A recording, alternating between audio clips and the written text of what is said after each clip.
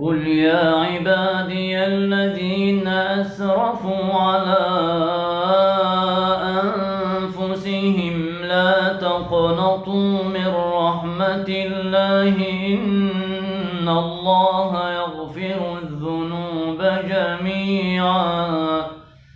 إنه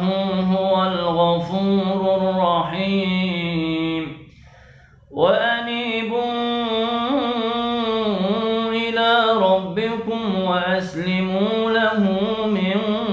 قبل أن يأتيكم العذاب ثم لا تنصرون واتبعوا أحسن ما أنزل إليكم من قبل أن يأتيكم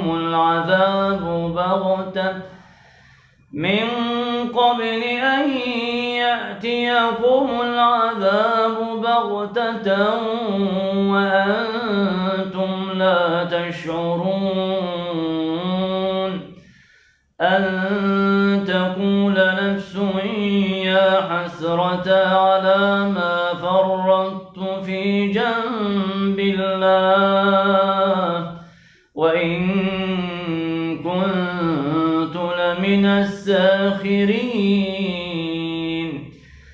أو تقول لو أن الله هداني لكنت من المتقين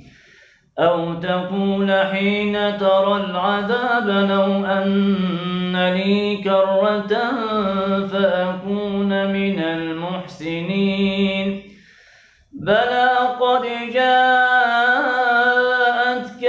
آياتي فكذبت بها واستكبرت وكنت من الكافرين